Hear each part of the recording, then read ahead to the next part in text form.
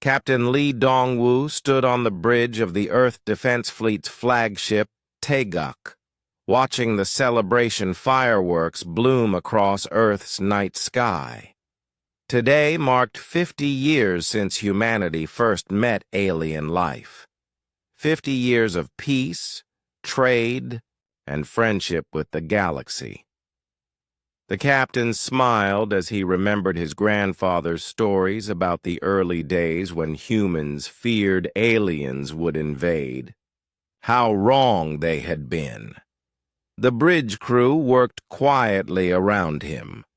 Lieutenant Park So-young monitored communications from the party ships floating near Earth's moon. Commander Kim Jae-min checked the defense grid that protected the planet, though it had never been needed. Earth was safe. The Galactic Council made sure of that. "Sir," Park So-young called out, "we have an urgent message from Dr. Park Soo-jin at the Outer Colonies." Lee turned toward the communication screen. Dr. Park's face appeared, but she looked worried instead of happy like everyone else celebrating today. Her research station orbited a distant planet where she studied alien plants and animals. "Captain Lee," Dr. Park said quickly, "I need to speak with Earth Command immediately. Something terrible is happening out here." "What kind of terrible?" Lee asked. Dr. Park looked around nervously before speaking. "The Vorth Empire has destroyed 3 more worlds this week. They're not just taking prisoners anymore, they're killing everyone." Lee felt cold suddenly. The Vorth Empire lived far away in the dark parts of the galaxy. Humans had never met them directly, but other aliens spoke about them in whispers. They were warriors who conquered other worlds and made slaves of anyone who survived. "Are you sure about this information?" Lee asked. "I have refugees here from the Kellen system," Dr. Park replied. The Vorth gave them 1 day to surrender. When they refused, the Vorth used planet-killer weapons. Billions died in minutes. The celebration fireworks outside seemed wrong now. Lee turned to his communications officer. "Get me a direct line to Ambassador Kim Tae-ho at the Galactic Council." Ambassador Kim appeared on screen within minutes. He was at the Council's great space station, surrounded by representatives from hundreds of alien species. Behind him, Lee could see the massive chamber where galactic law was made. "Captain Lee," Ambassador Kim said, "I was about to call you. The Council is meeting right now about the Vorth situation." "What are they planning to do?"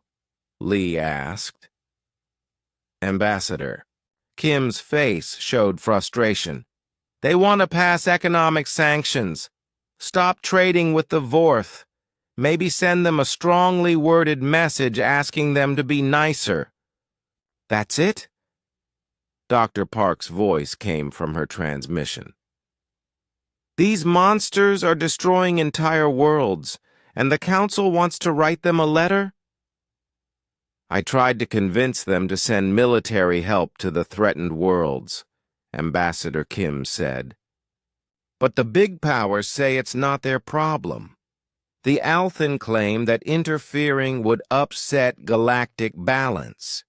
The Corvani say young species must learn to defend themselves." Lee clenched his fists. The Althen and Corvani were ancient alien races with technology far beyond anything humans could imagine.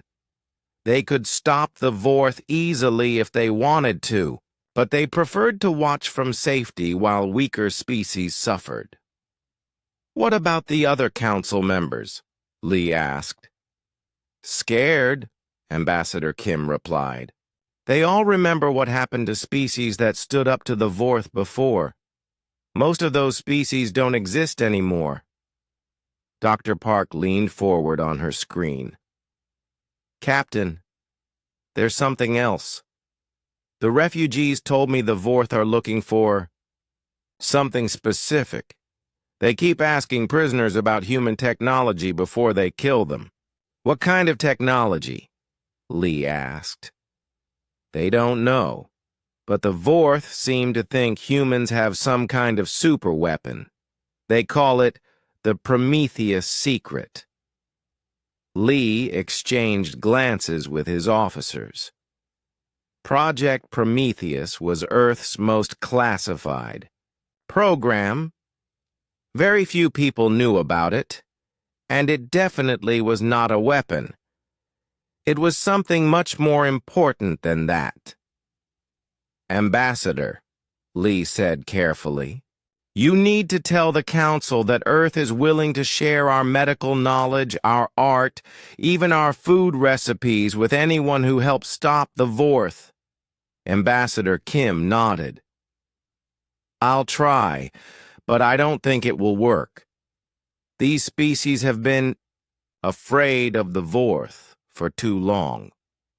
Then we have a problem, Dr. Park said from her transmission. Because my sources say the Vorth are planning something big, really big. Before anyone could respond, alarms began ringing throughout the Taeguk. Lieutenant Park So-young's face went white as she read her instruments. Captain, she said in a shaking voice, long-range sensors are picking up massive energy signatures at the edge of our solar system. How massive? Lee asked, though he already feared the answer. 10,000 ships, sir. Maybe more. They're big. Really big. The communication screens flickered as more messages poured in. Colonel Yoon Jae-sung from Earth's Special Operations Command appeared on one screen, his face grim. Captain Lee, Colonel Yoon said, we're detecting the largest enemy fleet in recorded history heading straight for Earth. Based on their speed and current position, they'll reach us in 72 hours. Ambassador Kim's transmission showed chaos behind him as alien representatives fled the council chamber. They're abandoning the station, he said. Nobody wants to be anywhere near human space right now. Dr. Park's image was breaking up as she powered down her research station. I'm evacuating with the last refugee ships, she said. Captain, these Vorth ships are nothing like what we've seen before. Some of them are the size of small moons. Lee looked out at Earth, still celebrating its peaceful anniversary. In 3 days, the largest war fleet in galactic history would arrive. Earth's defense fleet had 800 ships. The enemy had 10,000 or more. Colonel Yoon, Lee said, calmly. Activate all emergency protocols.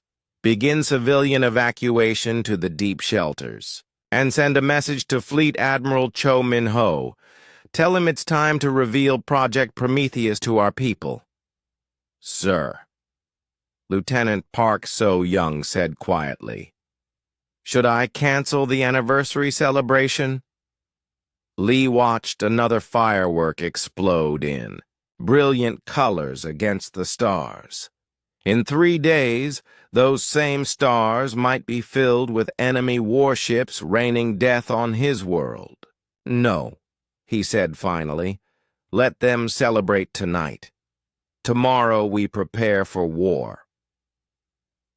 As the Taeguk began its journey back to Earth, Lee wondered if his home would still exist in 4 days. The galaxy had abandoned humanity when they needed help most.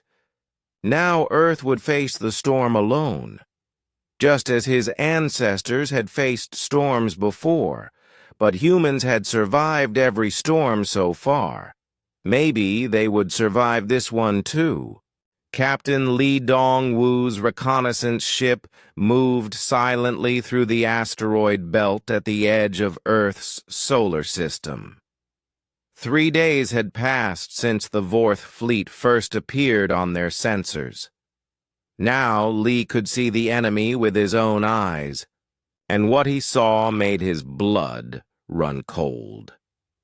The Vorth ships stretched across space like a dark ocean. Each vessel was bigger than anything in Earth's fleet. The smallest warships were twice the size of the Taeguk. The largest dreadnoughts looked like floating cities with weapons that could crack planets in half. "Count them again," Lee told his sensor officer, Lieutenant Nam Ji-woo. "Still the same number, sir," Nam replied quietly. 10,347 ships. Their main battle fleet has 12 planet-killer dreadnoughts. Each one carries enough firepower to destroy Earth's moon. Lee stared at the enemy formation. Earth's entire defense fleet had 800 ships. Even if every human vessel fought perfectly, they would be outnumbered more than 10 to 1. It was not a battle. It was going to be a massacre. "Send this. Data back to Earth Command," Lee ordered. "Full tactical analysis. They need to know what we're facing." Back on Earth, Dr. Park Soo-jin worked desperately in her laboratory. She had returned from the outer colonies with biological samples from Vorth prisoners captured in previous battles. What she found under her microscope horrified her even more than their massive fleet. "Admiral Cho," she called to Fleet Admiral Cho Min-ho, who was visiting her lab. "You need to see this." Admiral Cho leaned over the microscope. He was an old man who had fought in Earth's last war 50 years ago, but he had never seen anything like this. "Their DNA is completely artificial," Dr. Park explained. "The Vorth have been changing themselves for thousands of years. Look at these modifications." She pointed to different cells on her screen. "This warrior caste has enhanced muscles, thicker bones, and organs that can survive in space without protection. But look at their brain tissue." Admiral Cho studied the images. "It looks damaged." "Not damaged. Edited.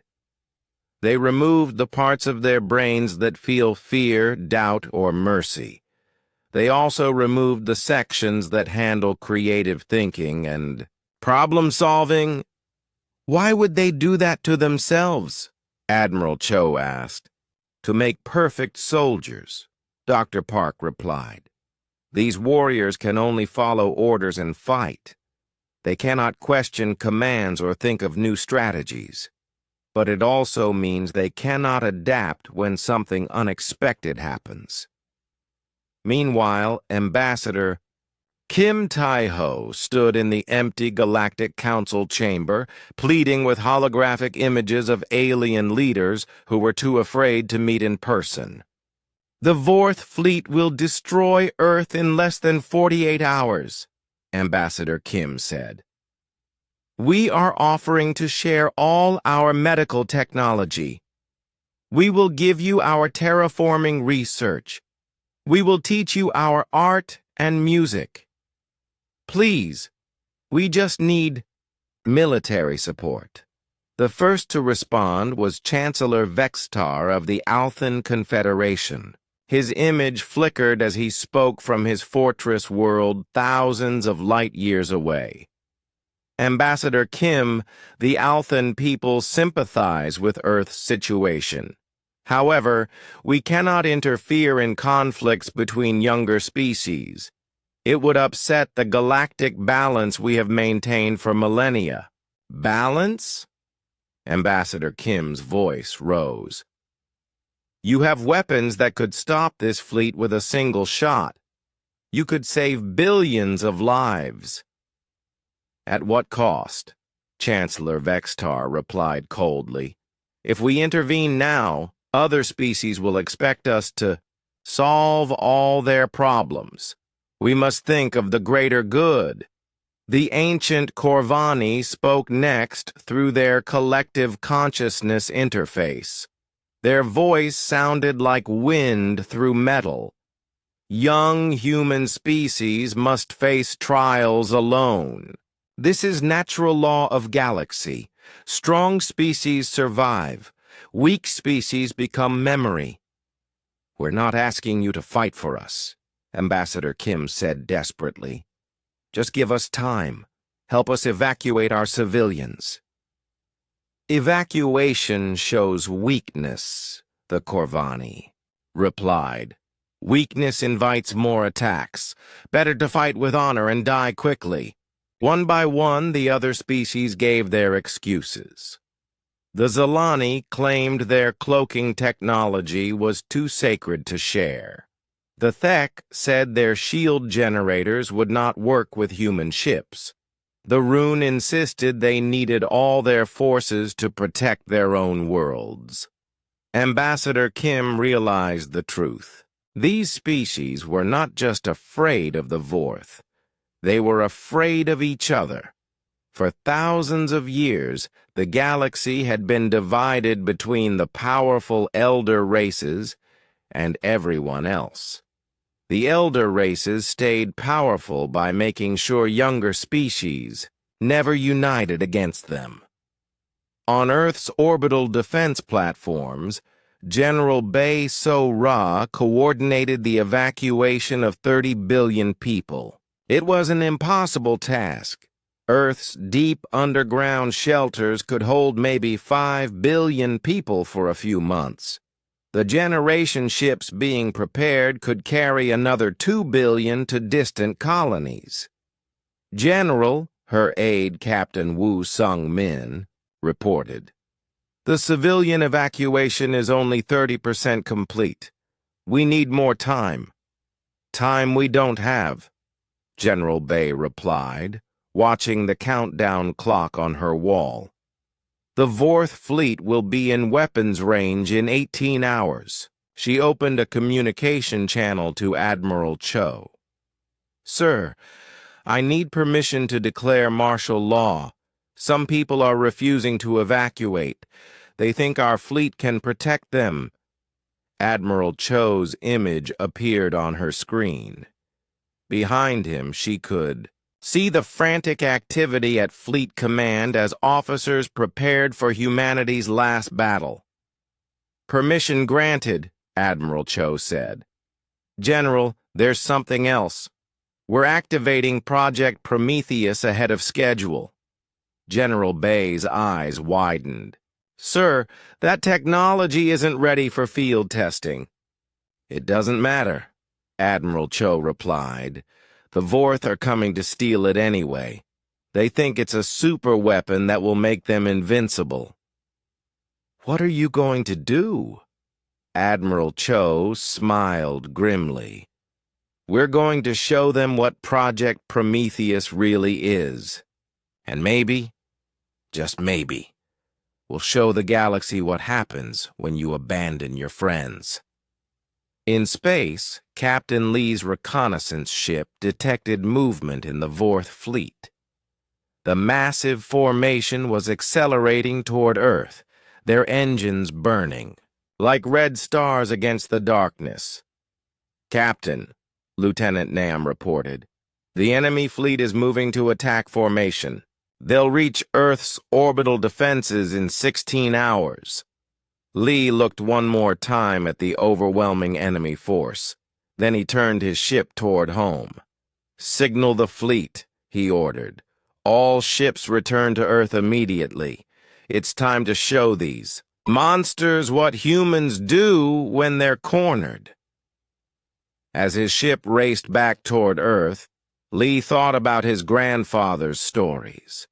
Humans had always been outnumbered. They had always faced impossible odds. But somehow they always found a way to survive. Today, they would need to find that way again. The Battle of Earth began not with ships fighting ships, but with the solar system itself becoming a weapon.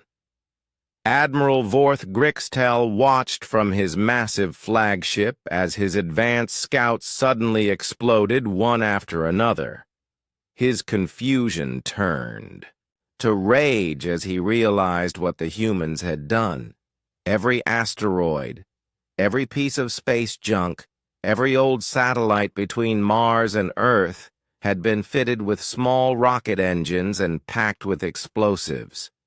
As the Vorth fleet moved toward Earth, thousands of these hidden mines struck their ships like bullets fired from the darkness. Impossible, Grixtal growled to his bridge crew. How did they turn their entire solar system into a trap?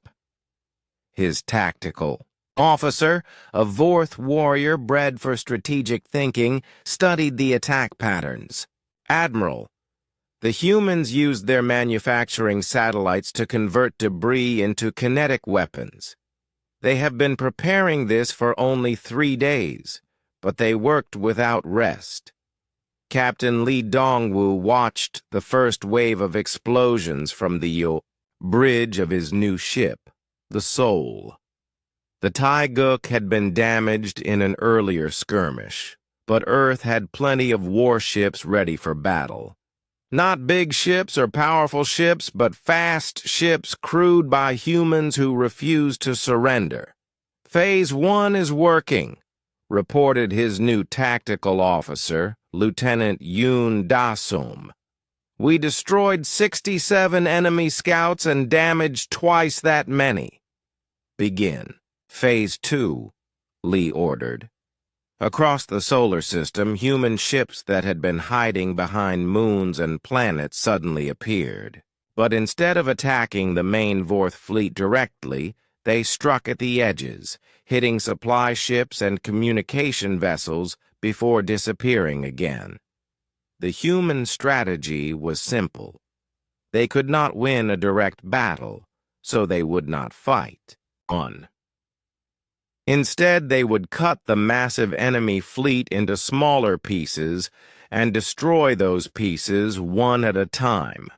On Mars, Colonel Yoon Jae-sung led a team of special operations soldiers in captured Vorth shuttles. The shuttles had been taken from earlier battles and modified with human technology. To Vorth sensors, they looked like friendly ships returning from patrol.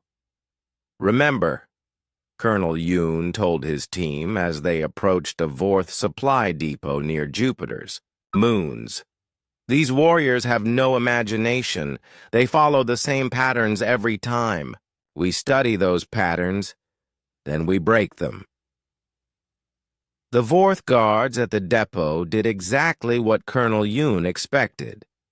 They challenged the approaching shuttles with the correct password, received the correct response from the human teams captured, computers, and allowed them to dock without inspection.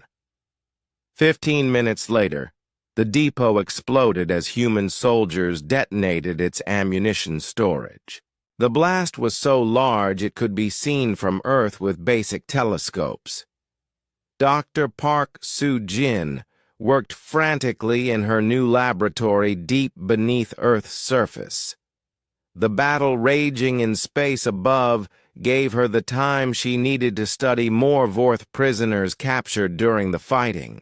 "Admiral Cho," she called excitedly, "I found their weakness." Admiral Cho appeared on her communication screen. Behind him, she could see the organized chaos of Earth's war room as officers coordinated the planet's defense. "What kind of weakness?" Admiral Cho asked. "The Vorth genetic modifications make them incredibly strong and fearless," Dr. Park explained. "But they also make them predictable. Watch this." She showed him video footage of Vorth warriors in prison cells. When presented with a simple puzzle that required creative thinking, they became confused and angry. When the same puzzle was changed slightly, They tried to solve it the exact same way and failed again. They cannot adapt, Dr. Park continued. If we change our tactics during battle, they need time to receive new orders from their commanders. But if we disrupt their communications, they become helpless, Admiral Cho finished. Doctor, you may have just saved Earth.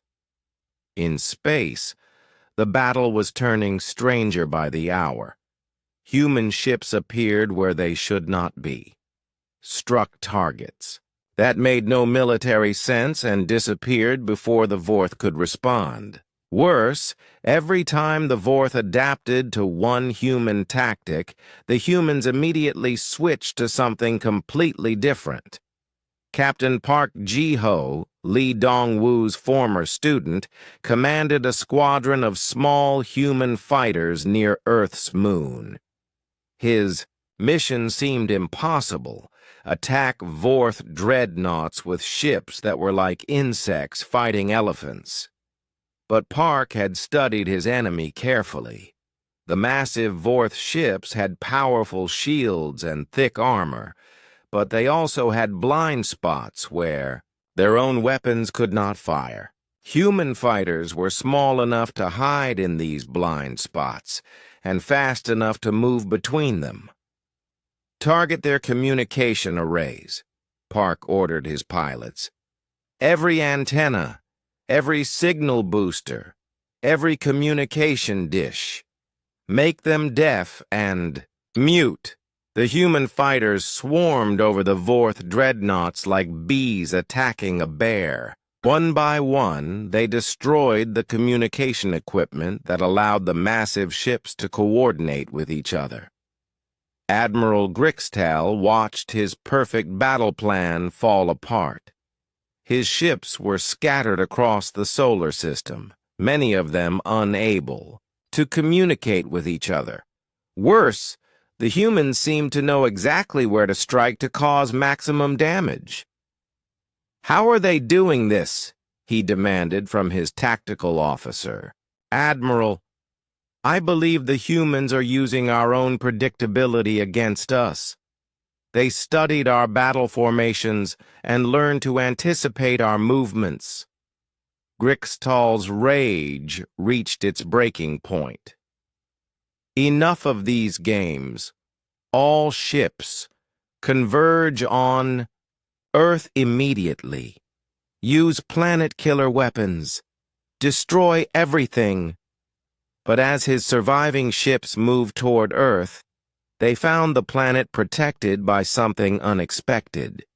Human engineers had been working for 3 days straight to modify captured Vorth shield generators. The shields were not strong enough to stop a direct attack, but they were strong enough to deflect one. When the first Vorth planet-killer beam struck Earth's shields, the beam bounced off and struck a Vorth dreadnought instead. The massive enemy ship exploded in a flash of light that could be seen from Mars. The second beam was deflected into a group of Vorth cruisers. The third beam hit empty space as human engineers suddenly moved the shield generators to different positions. Captain Lee, now commanding the defense of Earth's orbital stations, watched the impossible battle with amazement. "They're destroying themselves," he said to his crew. "Sir," Lieutenant Yoon Da-som reported, "we are receiving surrender signals from 12 Vorth ships. Their warriors don't know what to do when their own weapons are used against them." Admiral Grixtal realized his perfect conquest was becoming a disaster. Half his fleet was destroyed or damaged. The other half was scattered and confused. The humans had turned his own overwhelming power into his weakness. In desperation, he ordered his flagship to ram directly into Earth's orbital defenses. If he could not conquer the planet, he would at least destroy its ability to fight back. "Captain," Lee watched the massive flagship approaching and made a decision that would be remembered forever. He ordered all remaining human ships to ram the enemy flagship at the same time. The collision lit up space like a new star. When the light faded, both fleets were badly damaged, but the humans had accomplished something incredible. They had fought the largest war fleet in galactic history to a standstill. And across the galaxy, on 1,000 worlds, other species watched the battle recordings with growing amazement and hope.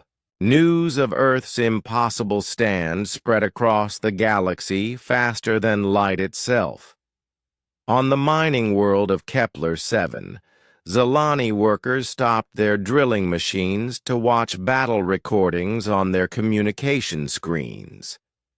The images showed tiny human ships dancing between massive Vorth dreadnoughts, striking like lightning and vanishing into space. "Look at them," whispered Foreman Keltar to his crew. "They should have been destroyed in minutes. Instead, they fight like warriors." From the old stories, similar scenes played out on hundreds of worlds. The Thek shield builders watched human fighters use Vorth weapons against their own ships. The rune traders saw human engineers turn an entire solar system into a fortress. Species that had lived in fear of Vorth expansion for generations suddenly saw something they had forgotten existed: hope. Admiral Cho Min-ho stood in Earth's war room, exhausted but amazed by the reports flooding in from across space. The first messages came from nearby systems where human colonies had requested help. But these were not calls for rescue. They were offers of assistance. "Admiral," his communication officer reported, "we have incoming fleets from the Zilani Confederacy, the Thek Union, and the Rune Trading League. They're all heading for Earth." "How many ships?" Admiral Cho asked. 2,000 so far, sir. More arriving every hour." Captain Lee Dong-woo, now commanding the rebuilt defense fleet from his new flagship Busan, received direct communications from alien commanders he had never met before. "Human Captain," came the voice of Zilani Fleet Commander Silana. "My people have decided to make our stand with yours. We bring cloaking technology and 1,200 warships." "This is Thek Battlemaster Krondar," another voice announced. "The Thek remember when we were young and afraid. You showed us that courage is not about being fearless. Courage is about being afraid and fighting anyway. The alien fleets that arrived at Earth were nothing like the massive Vorth armadas. These were ships built by species that had learned to survive through cleverness rather than brute force. Zilani vessels could appear and disappear at will. Thek ships carried shields that could protect entire battle groups. Rune traders brought supply vessels that could repair damaged ships in the middle of battle. But most importantly, they brought something the galaxy had not seen in thousands of years: unity. Ambassador Kim Tae-ho broadcast a message from Earth's orbital station that would become known as the Terra Doctrine. His words reached every inhabited world in the galaxy within hours. "We did not fight to prove we were strong," Ambassador Kim said, his voice carrying across space to billions of listeners. "We fought to prove that freedom is worth any sacrifice. We did not stand alone because others abandoned us. We stood alone so that others could choose to stand with us." Dr. Park Soo-jin worked with alien scientists who had arrived on the refugee ships. Together, they discovered something remarkable about the Vorth genetic modifications. The changes that made Vorth warriors so deadly also made them vulnerable to a specific type of biological weapon. It's not really a weapon, Dr. Park explained to the combined science team. It's more like medicine. The virus will restore the brain functions the Vorth removed from themselves centuries ago. What will happen to them? Asked Dr. Veluna, a tech biologist. They will remember how to think for themselves, Dr. Park replied. They will remember emotions besides anger and hate. For the first time in their lives, they will be able to choose. General Bay Sora coordinated the defense of Earth's surface as the second wave of Vorth forces began landing. But these ground battles were different from anything in military history. Human soldiers fought alongside Zalani stealth troops, Thek, heavy infantry, and Rune technical specialists. The Vorth warriors who landed on Earth found themselves facing tactics they could not understand. When they attacked in their traditional formations, human soldiers would retreat and alien forces would attack from behind. When they tried to adapt, the combined forces would change their strategy completely. These humans teach others to fight, like them, reported Vorth Ground Commander Thexkar to his superiors. They share their methods instead of keeping them secret. This makes their allies stronger. The most shocking moment came when General Bay received surrender requests from Vorth units trapped on Earth's surface. For the first time in recorded history, Vorth warriors were laying down their weapons instead of fighting to the death. Why are they surrendering? General Bay asked her intelligence officer, Major Lim Suho. It seems the biological agent Dr. Park developed is working, Major, Lim replied. The Vorth soldiers are beginning to remember what it feels like to be afraid. And once they can feel fear, they can also feel doubt about their mission. Meanwhile, the Galactic Council's elder races watch these developments with growing alarm. Chancellor Vextar of the Althan called an emergency meeting of the most powerful species in the galaxy. This human rebellion must be stopped, he declared to the assembled leaders. If younger species believe they can unite against us, our authority will collapse. But the ancient Corvani had a different perspective. Their collective consciousness had been analyzing the battle data from Earth. Humans do not seek to replace our authority, the Corvani observed. They seek to eliminate authority based on fear. This is different. This is interesting. The Althan Chancellor grew angry. Interesting. They are destroying the order we have maintained for millennia. Order based on fear is not true order, replied the Corvani. It is only delayed chaos. Perhaps it is time for real order to emerge. The conversation was interrupted by urgent reports from across the galaxy.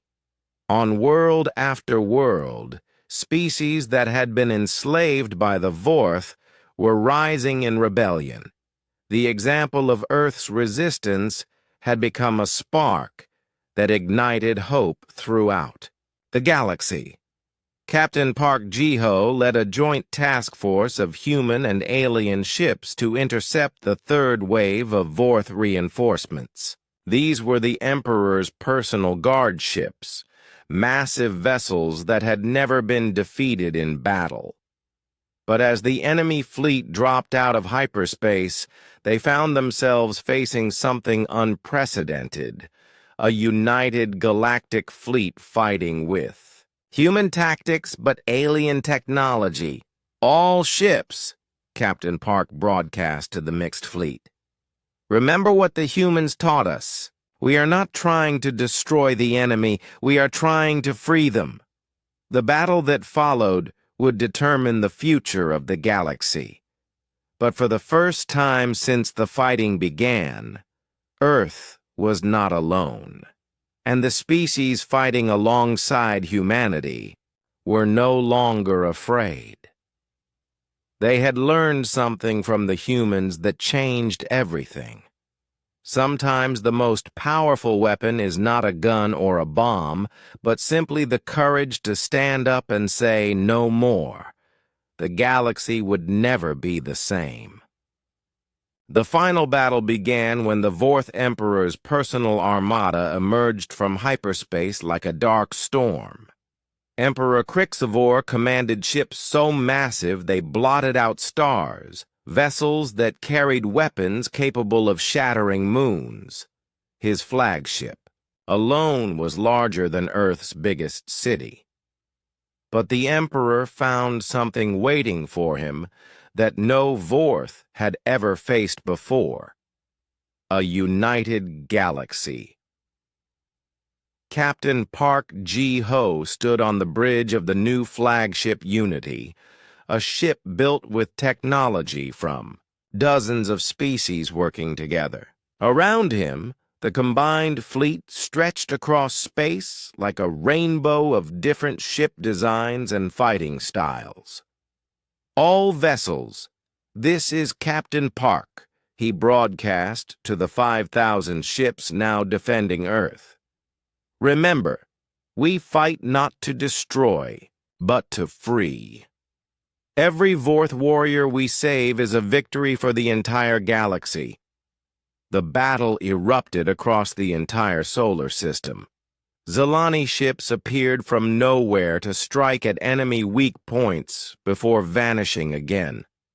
Thek vessels formed protective walls with their advanced shields. Rune supply ships moved between the fighting, keeping the Allied fleet supplied and repaired, but the humans remained at the center of it all, coordinating tactics that no single species could have imagined alone.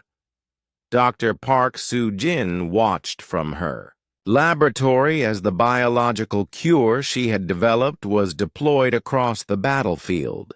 Instead of deadly weapons, human ships fired clouds of harmless viruses that would restore the Vorth's ability to think and feel. "How long before we see results?" asked Dr. Veluna, her Thek colleague. "The virus works quickly," Dr. Park replied. "Within hours, Vorth warriors will begin experiencing emotions they have not felt for generations." The first signs came from Vorth boarding parties that had landed on Allied ships. Instead of fighting to the death as expected, the warriors began hesitating, looking around in confusion as foreign feelings flooded their minds. On the Zilani cruiser Shadow Dancer, Commander Silana watched a group of Vorth soldiers slowly lower their weapons. "Why do I feel strange?" one of the warriors asked in broken galactic common. His voice carried an emotion no Vorth had expressed in centuries: uncertainty. "You are remembering how to be more than just a weapon," Commander Silana replied gently. "You are remembering how to be a person."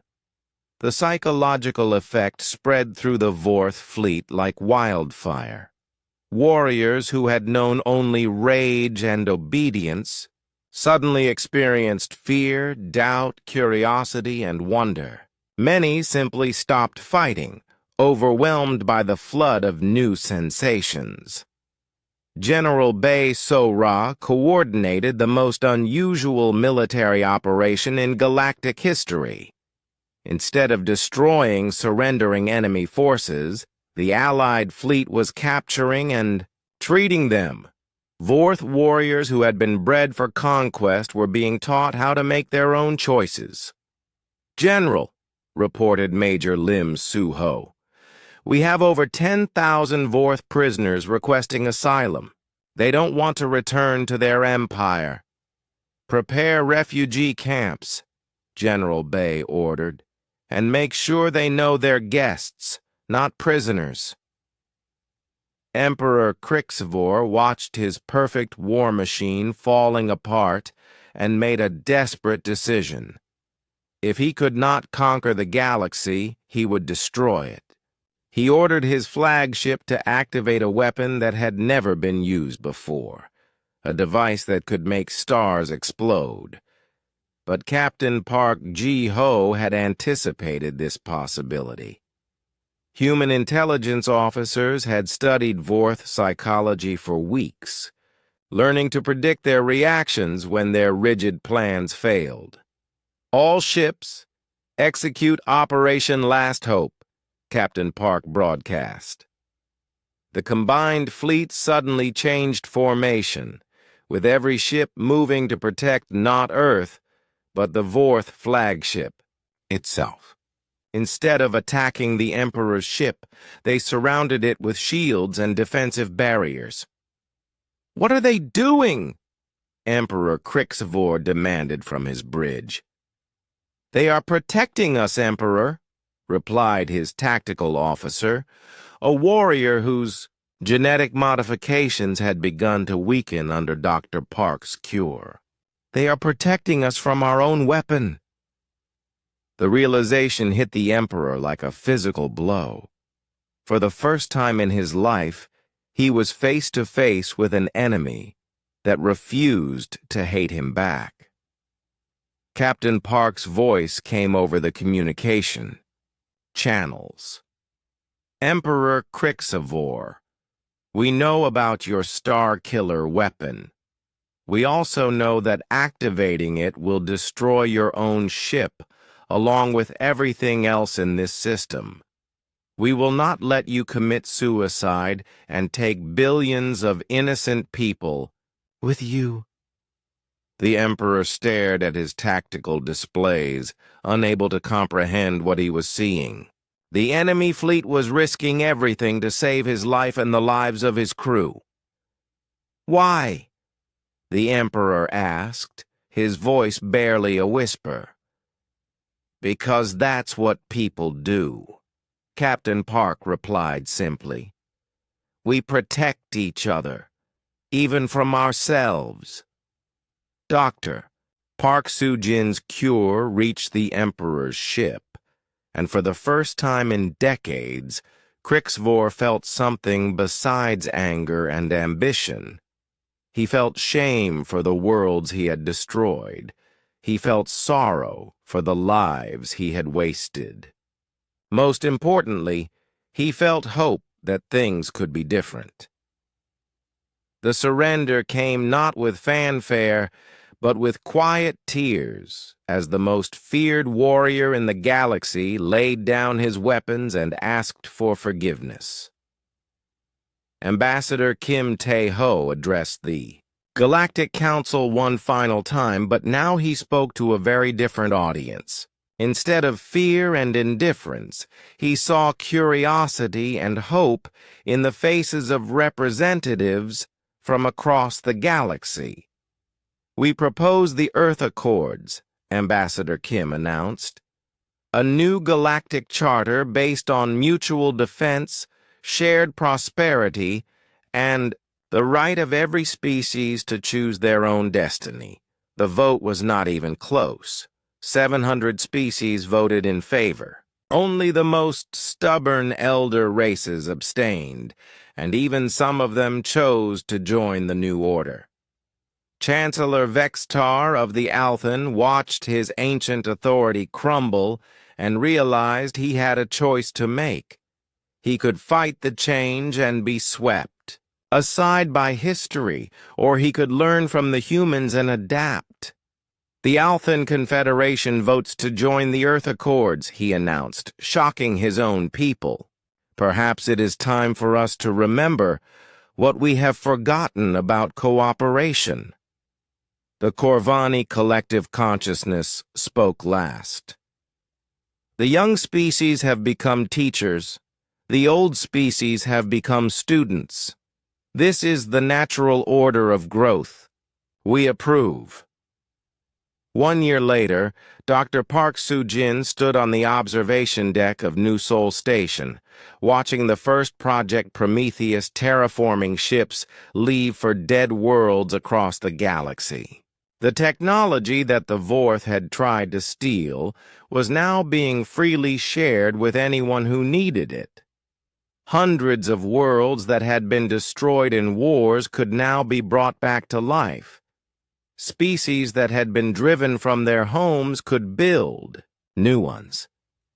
The galaxy was healing. Captain Park Ji-ho joined her at the observation window. "Do you think it will last?" he asked. "This peace we've built?"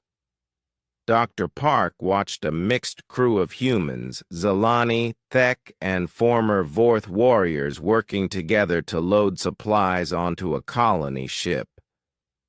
"It will last because we built it together," she said, "and because we proved that even enemies can become friends if you give them the chance to choose." In the distance, Earth turned slowly in space, no longer a target for conquest, but a symbol of hope. The small blue world had shown the galaxy something it had forgotten, that the strongest force in the universe was not fear or hatred, but the simple courage to stand up for what was right. And from that courage, a new age of peace and cooperation had been born among the stars.